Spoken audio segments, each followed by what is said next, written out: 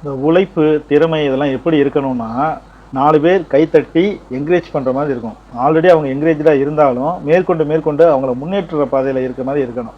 அதுக்கு சிறந்த எடுத்துக்காட்டு நம்ம செஸ் வீரர் பிரக்யானந்தா. அப்புறம் பார்த்தீங்கன்னா, அவங்க வீட்லயே பார்த்தீங்கன்னா, அவங்களுடைய சிஸ்டர். இதெல்லாம் உண்மையிலேயே பெருமைப்படக்கூடிய ஒரு விஷயம். நம்ம என்ன பண்றோம்? அதுதான் உங்களுக்கு தெரியுமே. இப்ப அவங்க பேரண்ட்ஸை பத்தி உங்களுக்கு நல்லா தெரிஞ்சிருக்கும். எந்த வசதியும் கிடையாது, வறுமை தான். அவ்வளோ வறுமையில இருந்தா கூட அவங்களுடைய சிஸ்டர் வைசாலி அவங்களும் சேர்ந்து ஆளுக்கு ஒரு பக்கமும் ப்ராக்டிஸில் இறங்கி இந்த அளவுக்கு வந்திருக்காங்கன்றதே ரொம்ப பெரிய விஷயம். ஒரு வேர்ல்டு லெவல் ஹையஸ்டில் இருக்கவங்க, இவ்வளோ வின் பண்ணவங்க.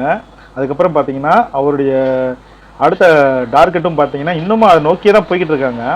அவங்கெல்லாம் நினச்சிருந்தா ஒரு யூடியூப் சேனல் ஆரம்பித்து யூடியூப் சேனல் மூலமாக அவங்க வருமானம் பார்க்கணுன்னா தாராளமாக பார்க்கலாம். ஆனாலும் அவங்க அவங்களுடைய எய்மில் கரெக்டாக இருக்காங்க.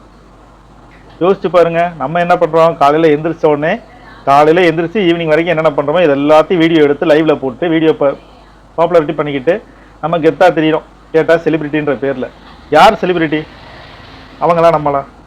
அவங்க எங்கே போனாலும் அவங்களுடைய ட்ரெஸ்ஸிங் கோடும் சரி, அவங்களோட நடவடிக்கையும் சரி ரொம்ப எளிமையாக இருக்குது. இதில் எந்த ஒரு மாடலும் கிடையாது, எந்த ஒரு மாடலேஷனும் கிடையாது, எதை பற்றியும் அவங்களுக்கு இது கிடையாது. அவங்க அவங்களுடைய வேலையில் அவங்களுடைய திறமையில் அவங்க முன்னேறி போய்கிட்டே இருக்காங்க. இதான் பிரக்யானந்தாவை சின்ன வயசு ஃபோட்டோ. எய்ம்னா இப்படி இருக்கணும். எப்போ ஆரம்பித்த எய்ம் இன்னும் முடியலை, போய்கிட்டே இருக்கு. ஆனால் நம்ம என்ன பண்ணுறோம்? பக்கத்து வீட்டுக்காரன், அடுத்த வீட்டுக்காரன், ஏற்ற வீட்டுக்காரன் பிள்ளை என்ன பண்ணுதுன்றதை பார்த்து நம்ம பிள்ளையே அதுக்குள்ளே இறக்கி விடுறதுக்கு ட்ரை பண்ணுறோம். அவங்க பேரண்ட்ஸ் கண்டுபிடிச்சி அந்த பேரண்ட்ஸ் அதுக்காக அவங்களுடைய வாழ்நாளையே ஒதுக்கியிருக்காங்க. இது உண்மையிலேயே ஒரு மிகப்பெரிய திறமை.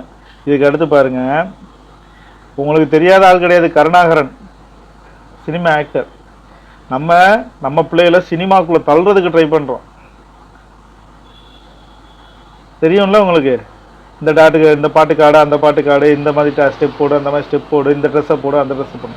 ஆனா ஒரு கருணாகரன் என்ன பண்ணியிருக்காருன்னா, அவருடைய மகளை மாஸ்டர் டிகிரி பட்டப்படிப்பு முடிச்சிருக்காங்க.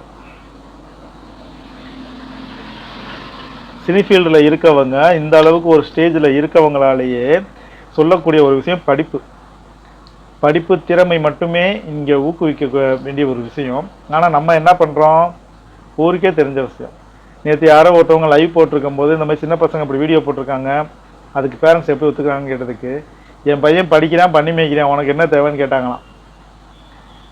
தேவை இருக்கு, உன் பையனை பார்த்து இன்னும் 2 பேர் கெட்டு போவாங்களேன்ற ஒரு ஆதங்கத்தில் தான் எல்லாரும் கேட்குறது. இவங்க மட்டும் இல்லை, நிறைய நடிகர்கள் பார்த்தீங்கன்னா அவங்களுடைய பிள்ளைகளை அவங்க படிக்க வச்சு அவங்களுடைய ஸ்டேஜில் கொண்டு வந்துக்கிட்டு இருக்காங்க. ஒரு நடிகர் நினைச்சா தன்னுடைய மகனையோ மகளையோ ஈஸியாக நடிகர் ஆக்கிட முடியும், வரலாம். ஆனாலும் படிப்பு தான் அவங்களுக்கு வேணுன்றதை செய்கிறாங்க. நடிகர் மாதவனுடைய பையனை நீச்சல் வீரர் ஆக்கியிருக்காரு. நடிகர் சினிசேந்து அவருடைய பையனை கலெக்டர் ஆக்கியிருக்காரு. ஆனால் நம்ம என்ன பண்ணுறோம்? பிள்ளைகளுக்கு படிப்பே வந்தாலும் சரி, டான்ஸ் ஆடு, அரை ஒரு ட்ரெஸ்ஸை போட்டு டான்ஸ் ஆடுன்னு விட்டு அந்த வீடியோவை வச்சு சம்பாதிச்சு உட்காந்து திங்கிறோம். இந்த மானங்கட்ட பொழப்புக்கு பார்க்குற வேலைக்கு பேர் வேற. ஒரு சில பேரண்ட்ஸு பிள்ளைகளுடைய திறமையை பார்க்குறாங்க, ஆனால் ஒரு சில பேரண்ட்ஸு பணத்தை மட்டும் பார்க்குறாங்க. அந்த பணத்தை மட்டும் பார்க்குற பேரண்ட்ஸுக்கு தான் இப்போ நான் பேசுகிறது. இந்த பக்கம் இருக்கிற ஃபோட்டோவையும் பாருங்கள், இந்த பக்கம் இருக்கிற ஃபோட்டோவையும் பாருங்கள். இந்த பக்கம் படித்து முன்னேறினவங்க, திறமையில் முன்னேறினவங்க. இந்த பக்கம் இருக்கிறதெல்லாம் படிப்பை விட்டுட்டு தற்கூரியாக தெரியுதுங்க. இந்த ரெண்டையுமே நான் பக்கத்தில் வச்சுருக்கேன். இதில் உங்கள் பிள்ளைங்க எந்த வரிசையில் எந்த இடத்துல நிற்க போகிறாங்க, எந்த இடத்துல நிற்கிறாங்க, என்ன பண்ண போகிறாங்கன்றதை நீங்களே யோசிச்சுக்கோங்க. இந்த பக்கமா இந்த பக்கமா? நான்லாம் படித்தது வெறும் 12வது தான், படிப்பு வரலை அப்படின்லாம் கிடையாது. படிப்பெல்லாம் வந்தது, பணம் இல்லை, ஃபீஸ் கட்ட காசு இல்லை. 12th முடித்ததுக்கப்புறம் எல்லா வேலையும் பார்த்தாச்சு. கொரியர் ஆஃபீஸு, பலசர கடை, மண் தூக்குற வேலை, கல் தூக்குற வேலை, எல்லா வேலையும் எக்ஸ்பீரியன்ஸ் பண்ணி பார்த்து நல்லா தெரிஞ்சுக்கிட்டு அதுக்கப்புறம் நம்மளுக்கு என்ன திறமை இருக்குன்றதை தெரிஞ்சு அந்த திறமையில தான் இந்த ஃபீல்டில் உட்காந்துருக்கேன் நான். ஸோ உங்களுடைய பிள்ளைகளுக்கு எந்த மாதிரியான விஷயங்களில் இன்ட்ரெஸ்ட் இருக்குது? செஸ் விளையாட இன்ட்ரெஸ்ட் இருந்தால் செஸ்ஸில் கொண்டு போய் விடுங்க. நீச்சல் திறமை இருந்தால் நீச்சல் அடிக்கிற இடத்துல கொண்டு போய் பழக்க விடுங்க. பாட்டு பாடுற திறமை இருந்தால் பாட்டு பாட விடுங்க. டான்ஸு ஆட வந்ததுன்னா டான்ஸ் ஆட விடுங்க. மிமிக்ரியில் இருந்துச்சுன்னா மிமிக்ரியில் விடுங்க. எந்த திறமையுமே இருக்கா இல்லையான்றதே தெரியாமல் வெறும் உடையை மட்டும் குறைச்சி அந்த உடையை வச்சு மேற்கொண்டு அதே வீடியோக்களை பரப்பி அது வேற. இதையே ஒரு 10 வருஷத்துக்கு முன்னாடி நீங்கள் செஞ்சுருந்தீங்கனாலோ, ஒரு 20 வருஷத்துக்கு முன்னாடி நீங்கள் செஞ்சுருந்தீங்கனாலோ, இன்றைக்கி உங்களுக்கு ஒரு பச்சையை குத்தி விட்டுருப்பான். ரோட்டில் ஒரு பொண்ணு செல்ஃபோனோடு நிற்க முடியாது. டைட்டில் என்ன வரும் தெரியுமா? பேப்பரில் போட்டிருப்பான், கேள்விப்பட்டிருப்பீங்க, மறந்துருப்பீங்க. செல்ஃபோன் அழகிகள் அப்படின்னு போட்டு கீழே வந்து ஒரு பேட் வேர்டை போட்டு ஃபோட்டோவோடு எடுத்து போட்டுருவான். ஆனால் இன்றைக்கி நவீன கலாச்சாரத்தில் எல்லாத்தையுமே மாற்றினது யாருன்னு கேட்டிங்கன்னா, இந்த செல்ஃபோன் வந்ததுக்கு அப்புறம் நடந்த ஏகப்பட்ட குளறுபடிகள். இந்த கொரோனா டைம் பேரண்ட்ஸும் அதை கண்டுக்காமல் விட்டது தான். இப்போ பேரண்ட்ஸே என்னன்னு கேட்குறாங்க, நான் எங்கே போனால் உனக்கு என்ன என்ன என்ன அப்படின்றாங்க. 2 லட்ச ரூபா பைக் வேணும்னா நீங்கள் எடுத்துக்கூடன்னு நிற்கிறான். 3 நாள் கழித்து பார்த்தா கண்ணீர் அஞ்சலி போஸ்ட் ஆகி நிற்கிறான். எதையாவது கேட்டு வாங்குறாங்களே, அதை வச்சாவது வாழ்க்கையில் முன்னேறதுக்கு பார்க்குறாங்களா? பேரண்ட்ஸு செய்யறதுக்கு தயாராக இருப்பான். படிப்பு தானே பிள்ளைகளுக்கு வாங்கி கொடுப்போம், ஒரு ட்ராவலுக்கு தானே கேட்குறான் வாங்கி கொடுப்போம், அதை வச்சா தான் உயிரோடு வாழ்ந்தால் பரவாயில்லையே, இந்த மாதிரி படிச்சுட்டு ஒரு பட்டம் கண்டு வாங்கினா பரவாயில்லையே. 2 நாளில் பார்த்தா போஸ்டர் ஆயிடுறாங்க, வால் போஸ்டர் ஆயிடுறாங்க.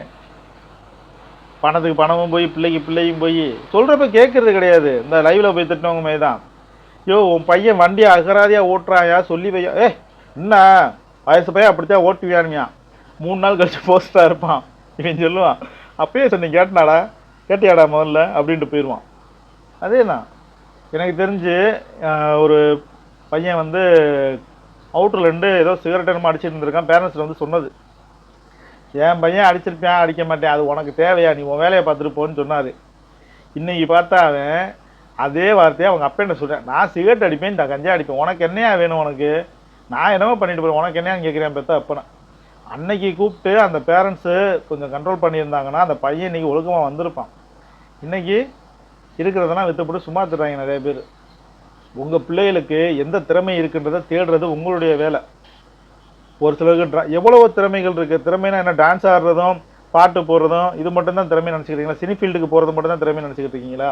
கிடையவே கிடையாது. டான்ஸ் இருக்குது, ப்ரோக்ராம் பார்ட்டிஸ் இருக்குது. அது போக பார்த்தீங்கன்னா அடுத்தவங்களுக்கு பாடம் எடுக்கிற திறமை இருந்துச்சுன்னா அந்த திறமைகளை வளர்க்கலாம். அதுக்கப்புறம் செஸ்ஸு, நீச்சல், பாட்டு பாடுறதுன்னு ஏகப்பட்டது இருக்குது. ஒவ்வொருத்தருக்கும் ஒவ்வொரு தனித்திறமை இருக்கும். ஒரே திறமை எல்லாருக்கும் இருக்கும்னு சொல்ல முடியாது. ஆனால் ஒவ்வொருத்தருக்கும் தனித்திறமைகள் நிறையா இருக்கும். அதெல்லாம் செஞ்சு கூட நீங்கள் ட்ரை பண்ணலாம். நம்ம என்ன பண்ணுறோம், காலையில் எந்திரிக்கிற மூஞ்சி கழுவுறதுலேருந்து எல்லா வீடியோவையும் எடுத்து வச்சுக்கிட்டு மொத்தமாக சேர்த்து வீடியோ போட்டுக்கிட்டு நம்ம இவங்க மட்டும்தான் செய்கிற மாதிரி, இல்லை தன்னுடைய பிள்ளைய மட்டும்தான் செய்கிற மாதிரி. வீடு கூட்டுறது, குளிக்க போகிறது, துணி துவைக்கிறது, இது எல்லாத்தையுமாடா வீடியோ போடுவீங்க? அப்படி பார்த்தா நாங்களாம் தினமும் குளிக்கிறோம்டா, 365 நாள் 2 டைம் குளிக்கிறோம்டா. அப்போ என்னடா பண்ணுறது நாங்கள்லாம்? வெக்கமே இல்லாமல் நேற்றுலாம் ஒரு வீடியோவில் பார்க்குறேன், புருஷன் பொண்டாட்டி, பொண்டாட்டியோட தங்கச்சி, தங்கச்சியோட பிள்ளைங்க, தங்கச்சி புருஷன், அக்கா புருஷன் எல்லாரும் ஒரே நீச்சலோட குளிக்கிறாங்க. நல்ல வேளை ஒரே பாத்ரூமில் குளிக்கலை. மானக்கேடான விஷயம் அதெல்லாம். வெளிநாட்டு கலாச்சாரத்தை எவ்வளவோ இழிவாக பேசுகிறாங்கல்ல, வெளிநாட்டில் இருக்கிற ஒரு ஒத்துமையும் அவங்களுக்குள்ளே இருக்க ஒரு குணமும் இங்கே நம்மகிட்ட கிடையாது. வெள்ளைக்காரன் இப்போ வரைக்குமே படம் எடுக்கிறானே, ஏதாவது ஒரு படத்தில் ரேப் சீன் பார்க்குறீங்களா? நல்லா யோசிங்க, இருக்கவே இருக்காது. வெள்ளைக்காரன் எடுக்கிற எவ்வளோ பெரிய படமாக இருந்தாலும் சரி, எவ்வளோ ப்ரோக்ராம் படமாக இருந்தாலும் சரி, ட்ரெஸ்ஸிங்கில் வேணுமா குறைப்பான். ஆனால் ஜெக்ஸ் ரீதியான விஷயங்கள் வந்து அவன்கிட்ட கற்பழிப்புன்ற விஷயமே இருக்காது. ஏன்னா அங்கே வேறு கலாச்சாரம். ஆனால் இங்கே கற்பழிப்பு இல்லாத படத்தையே நீங்கள் பார்க்க முடியாது. பெண்களை வந்து வன்புணர்வு செய்கிற மாதிரியான சீன்கள் எல்லா படத்துலையும் ஏதாவது ஒன்றாவது இருக்கும். இல்லை அப்படின்னா பெண்களின் ஆடைகளை குறைக்கிற வீடியோக்கள் ஏதாவது ஒரு படத்தில் இருக்கும். இந்த மாதிரியான கலாச்சாரத்தை இங்கே பரப்பிக்கிட்டு இருக்க சூழ்நிலையில் நம்மளும் நம்ம பிள்ளைகளையும் அதையே கொண்டு போய் அதையே விட்டுட்டு கடைசியில் குத்துதே கூடியதுன்றதா? இந்த டிராகன் படம் பார்த்துருப்பீங்களான்னு தெரியல. ஆனால் அந்த படத்தில் ஏற்றுக்கக்கூடிய விஷயங்கள் 1-2 இருந்துச்சுனாலும் மறைமுக கருத்துக்களும் நிறையா இருக்க தான் செய்யுது. அதுலேயும் பெண்களுக்கு வந்து இந்த ட்ரெஸ்ஸிங்லாம் ரொம்ப மோசமாக தான் இருக்கும். ஆனாலும் அதில் சொன்ன ஒரே ஒரு விஷயம், படிக்கிற காலத்தில் நீ படித்தேன்னா உனக்கு நல்ல எதிர்காலம் இருக்கும், இல்லைன்னா அந்த எதிர்காலத்தை தேடுறது ரொம்ப கஷ்டமாக இருக்கும். இதைத்தான் இந்த டிராகன் படத்தில் சொல்லியிருக்காங்க.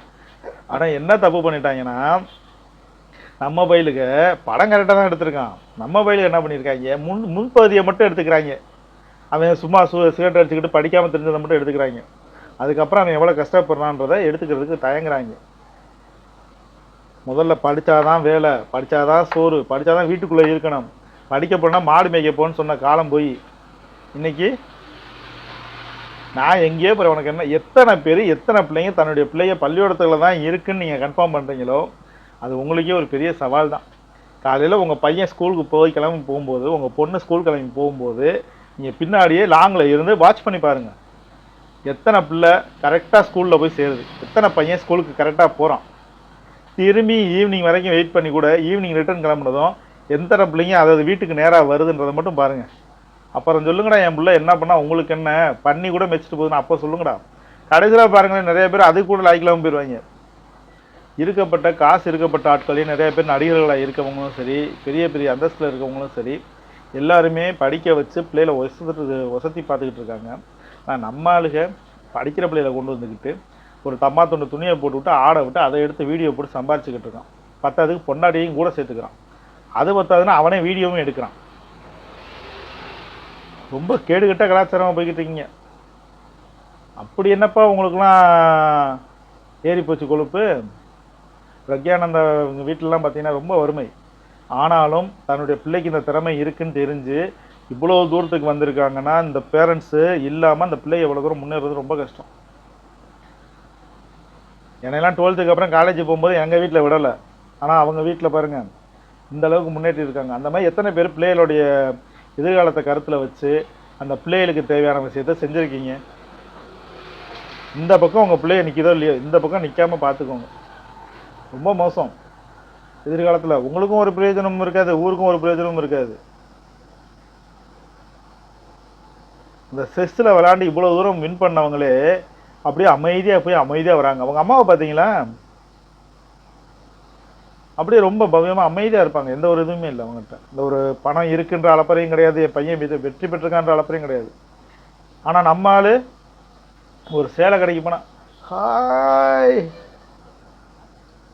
கேட்டால் செலிப்ரிட்டியா. என்ன செலிப்ரிட்டி? இந்த ஃபோனில் 20 வீடியோ 500 வீடியோ, குளிக்கிறது, துணி துவைக்கிறது, பாத்ரூம் போகிறது, பல்லு விளக்குறது, இன்னும் 4 பேரோட கட்டி பிடிச்சி உருள்றது, இது 4 ஊருக்கு சுற்றுறதை எடுத்து போட்ட நீ செலிப்ரிட்டி. இந்த மாயையை மக்கள் முதல்ல விடணும். செலிப்ரிட்டி யாருன்னா அவங்க தான் செலிப்ரிட்டி. மக்கள் கொஞ்சமாவது யோசிக்கணும். தன்னுடைய பிள்ளைகள் எதை நோக்கி போகிறாங்க, எதை நோக்கி பயணிக்கிறாங்க, அந்த பயணம் எதை போய் முடியும், சேர்க்கை எப்படி இருக்குன்றதை கொஞ்சமாவது கவனிக்கணும். என்னையெல்லாம் கேட்டால் உண்மையான செலிப்ரிட்டி இவங்க தான். இவங்கெல்லாம் செலிப்ரிட்டின்னு குத்தணும்.